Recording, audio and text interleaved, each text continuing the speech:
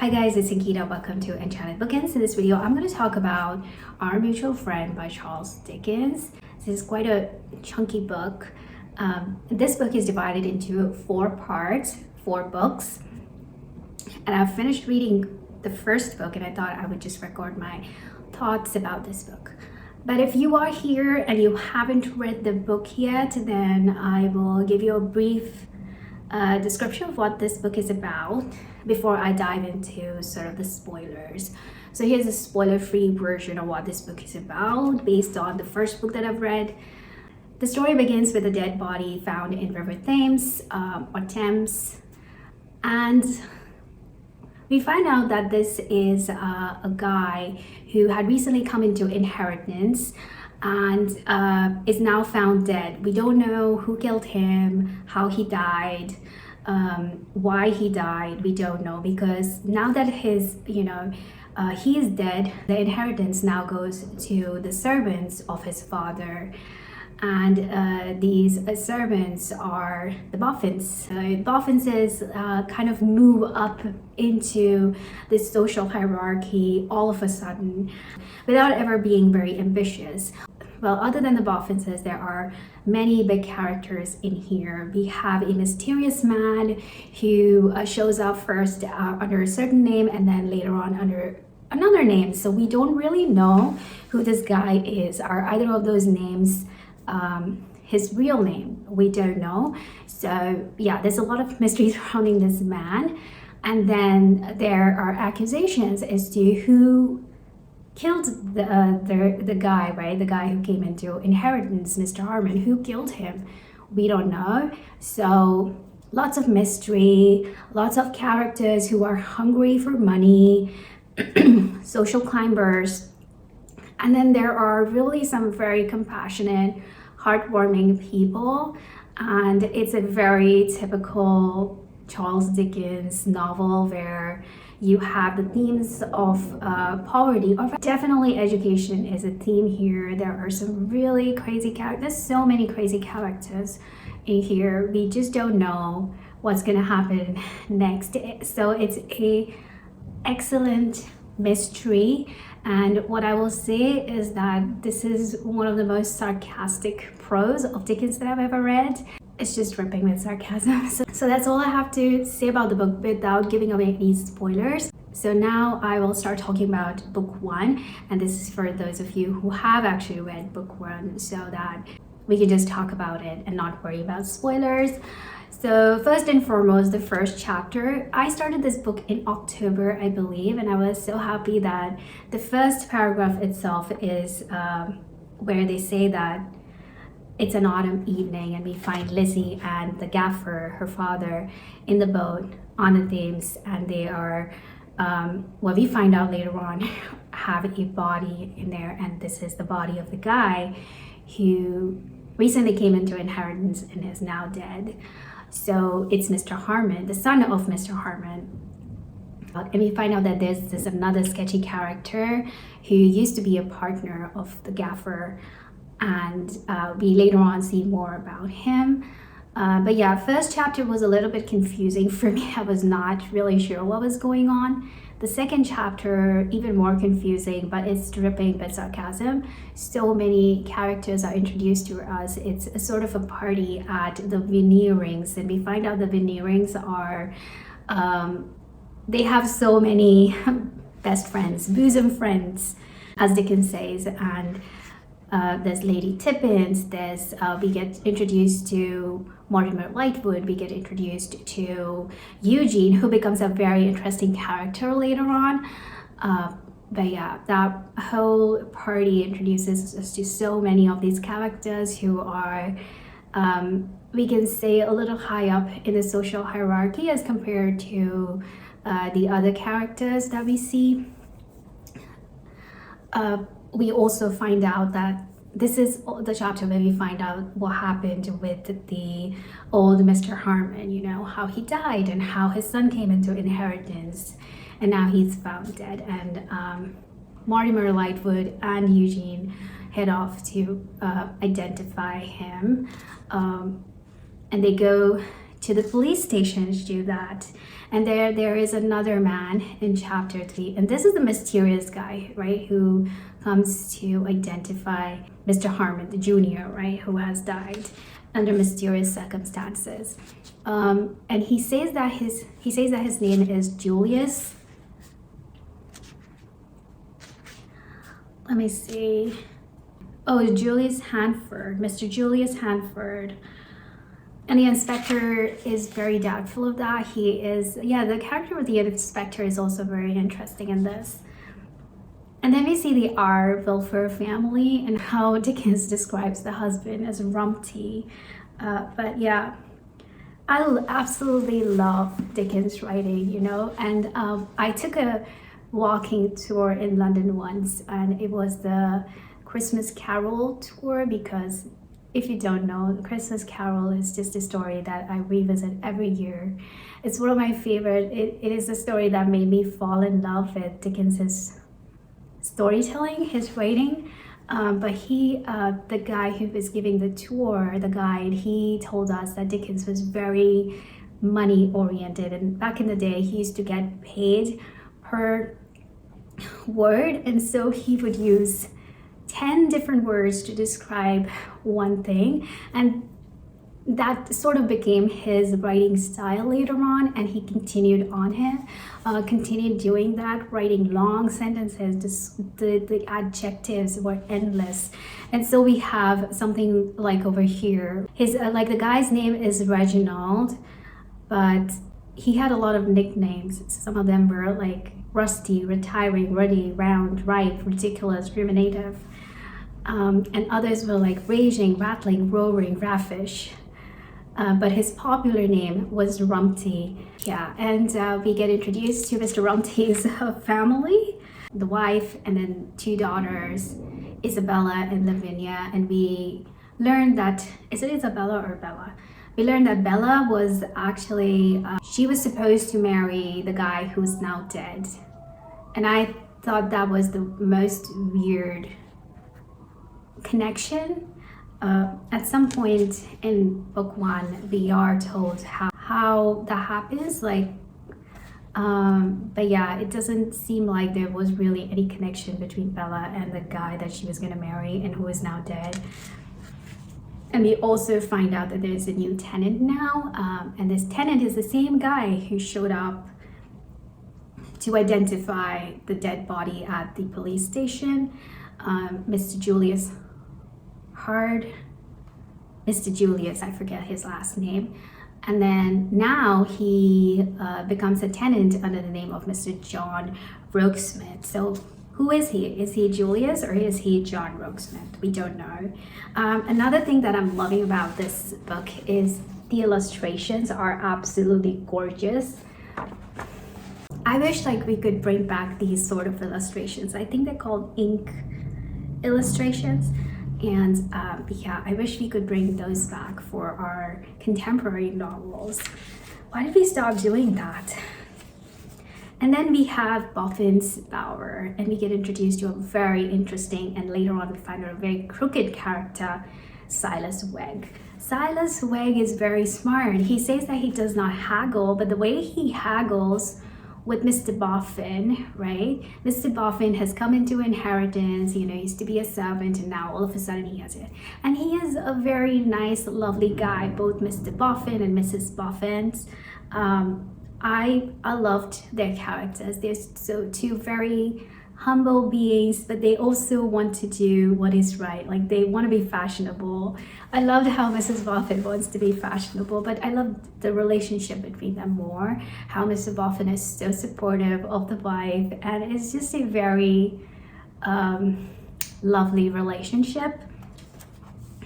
Anyway, but we learned that Mr. Boffin wants to be educated now. He wants to learn how to read and wants to be well-read, so he hires Silas Wegg. And even though Silas Wegg says that he doesn't haggle, we see how cleverly he haggles, and that was very interesting. There are a lot of moments where I laughed in this, how Mr. Wegg just like spontaneously bursts into poetry. And I was looking up on Google this place where he set up, right, Silas Wegg set up his his stall or his cart, whatever it was that he used to sell pieces of poetry. But I looked it up, Cavendish Square, and I wish I was in London. I wish I was in the UK so that I could go and visit all of these places that I mentioned.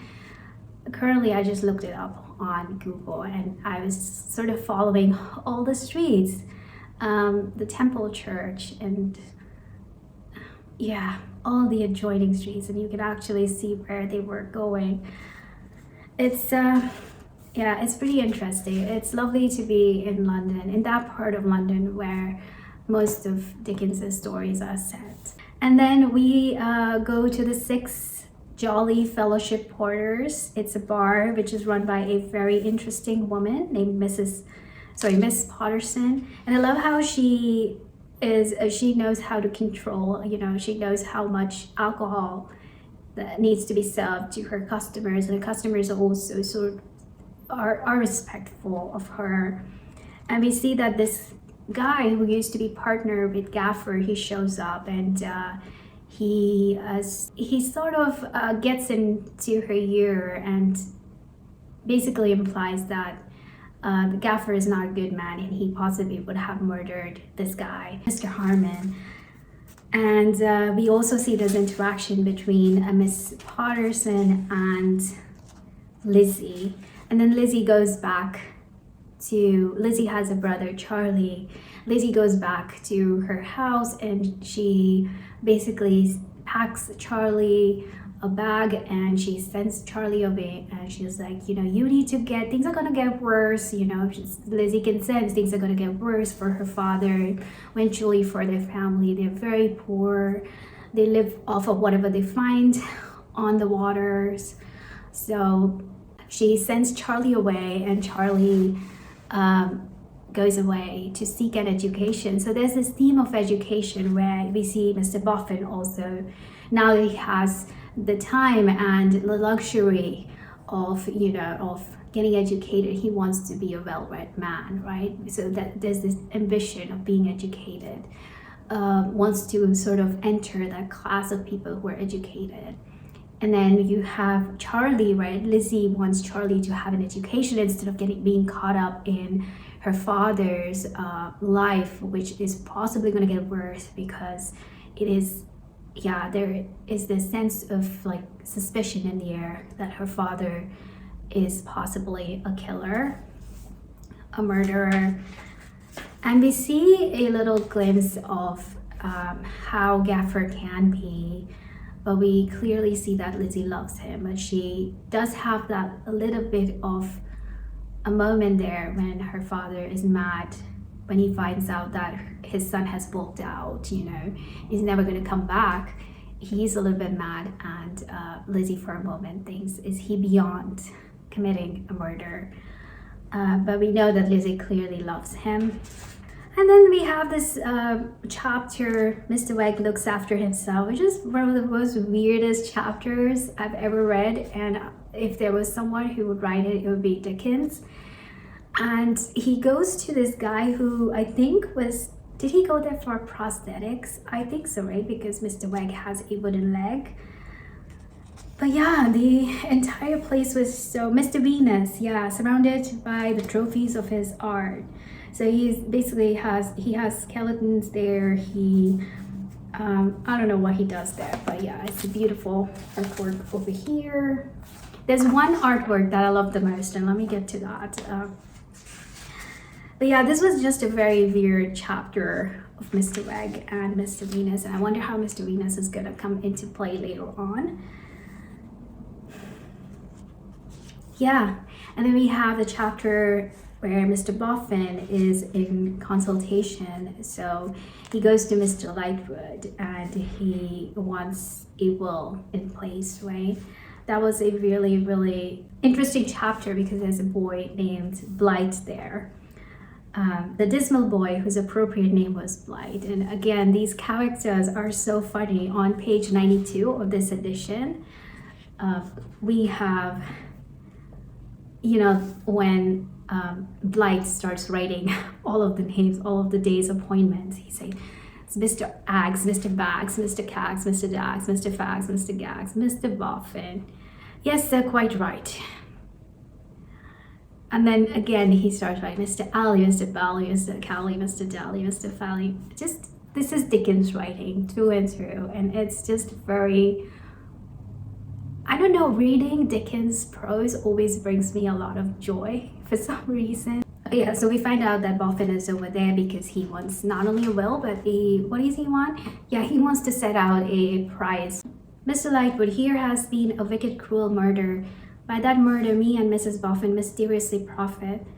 For the apprehension and conviction of the murderer, we offer a reward of £10,000. Yeah, so Mr. Boffin is at Mr. Lightwood's office because he wants to set a reward of £1,000. Sorry, £10,000. Imagine how much money that was back in the Victorian era. It was a lot of money. So almost like one-tenth of the amount that he has come into. He's basically setting it aside as a reward for anyone who would help find the murderer, which is insane. And that's exactly what Mr. Boffin, Mr. Lightwood tells him, that it is insane. And there's a conversation between Mr. Boffin and Eugene over here, where he says like, you're busy, but there's nothing like work. Look at the bees. I beg your pardon? But will you excuse my mentioning that I always protest against being referred to the bees? And that entire conversation, I think Eugene is going to be a very interesting character, and we soon find out later on. And I'm going to enjoy following his character throughout the book. I wonder what's going to happen. I have a feeling that Eugene and Lizzie are going to end up together, especially in one of the later chapters. We find how Eugene, when he looks through the window and sees Lizzie there, he is very, very aggrieved to see her so sad, waiting for her father. And later on he finds out, when we find out her father's not going to come back. It's quite a shock. Mr. and Mrs. Boffin in consultation. It is amazing how these two people who have come into inheritance, instead of behaving like greedy creatures, they're thinking of what they can do. So they're like, okay, in the memory of the child that we raised who is no longer with us, we are gonna adopt a child. And I think that's the most beautiful thing that Dickens could have written about. But again, their procession, so hilarious. And then a marriage contract. The way this ends, the chapter ends, right? We find out towards the end that these two characters, Mr. and Mrs. Lamel, they each thought that the other has a property, right? And they find out on their honeymoon on the Isle of Wight that neither of them has property, so they are basically poor. And we see them, this is my favorite picture, and it also says the happy pair, and it very much tells you the tone of this book, right? It's very sarcastic, but you'll see that the tone is sarcastic when Dickens is writing about these hungry characters, very ambitious characters who are, who are social climbers. So he's talking about well-to-do characters. His tone turns sarcastic, but when he talks about Lizzie, when he talks about the Boffins, but later on when he talks about the family, the poor family from whom the Boffins are going to adopt a boy, there's so much compassion in his writing, and that is absolutely beautiful. You can totally tell who Dickens favors in these books. And then my favorite word in the entire book so far is podsnappery, and I'm going to be using that word going forward because I think it's such a wonderful word, and it describes this guy, Mr. Podsnap. So it's basically, so what podsnappery according to me is dismissing anything that Mr. Podsnap does not agree with or is not interested in talking about. He thinks is a waste of his time, and he dismisses those things, and that is podsnappery. And I'm going to be using that word. But yeah, we find out that Miss Podsnap is a poor creature trapped in the Podsnap household. and how Mr. and Mrs. Lamel, they prey on her. It was a very Jane Austen-esque scene, if I'm being honest, with this poor girl with very low self-esteem, is now going to be taken advantage of. And then we have the sweat of an honest man's brow. So this guy that we saw was the partner of the gaffer. He now goes to Mr. Lightwood and Eugene because he wants that reward of £10,000. He wants that reward. And he's like, I know exactly who murdered. And he's like, is this guy, Gaffer, right? Hexam. The way Dickens makes fun of this guy, right?